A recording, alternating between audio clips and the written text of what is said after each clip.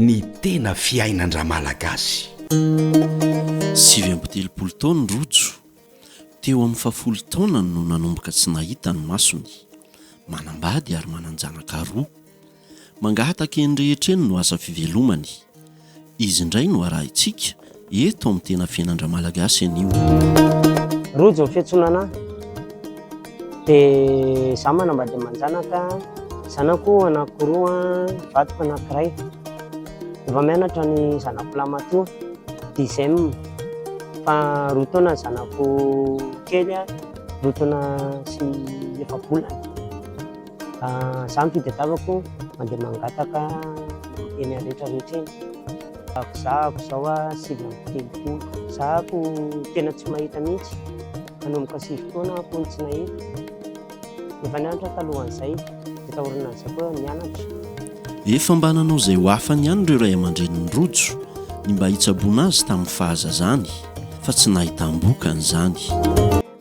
Efa nandeha tsaboana tamin'ireny gasigasy ireny satria hoe nataon'olona ny eritreretin'ny mamanay.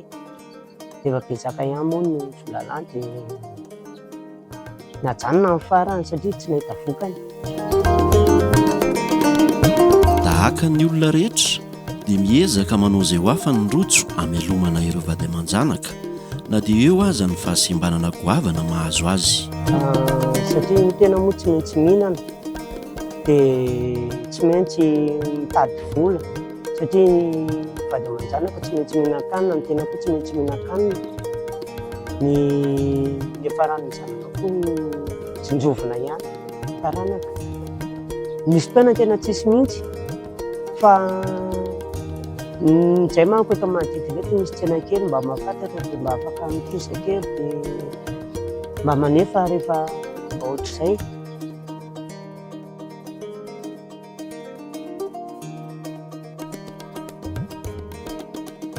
Fa tena sarotra be, tsy ampy mihitsy.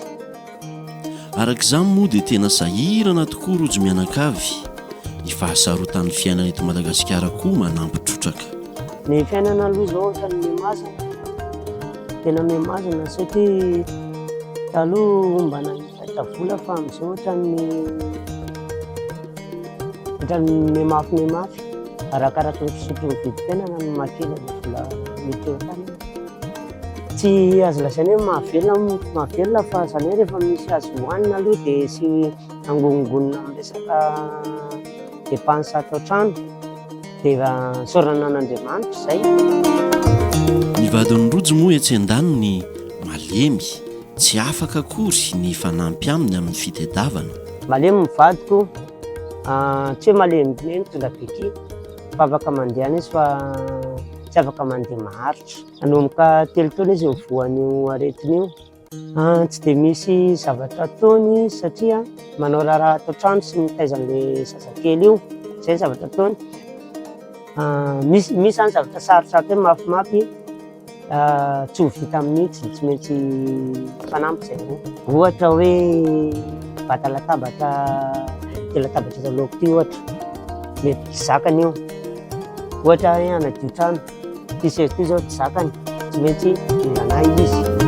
Mba manana fikasany rojo ny voatra eo amin'ny fiainana, manao izay ho afany tokoa hialana amin'ny fahantrana, fa saingy toa mbola sarotra izany raha ny zava-misy amin'izao no jerena.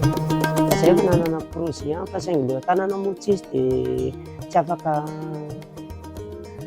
afaka anoatra zahay, satria ilay vola eo tanana kely dia kely dia tsy hita izay hananana azy. Fa nanana projet hoe mba hijeritsena kely hivarotra ohatr'izany izay, fa nefa ny leo tanana mihitsy no tsisy. Izany ny tena fiainan-dra malagasy. Ny salama sy tomady aza mitrongo voahomana, maika tokoa moa fa ireo manana fahasembanana. Asa loatra re izay nahazo an-dra malagasy, fa dia mahandro eny foana mandava-taona. Ny tena fiainan-dra malagasy.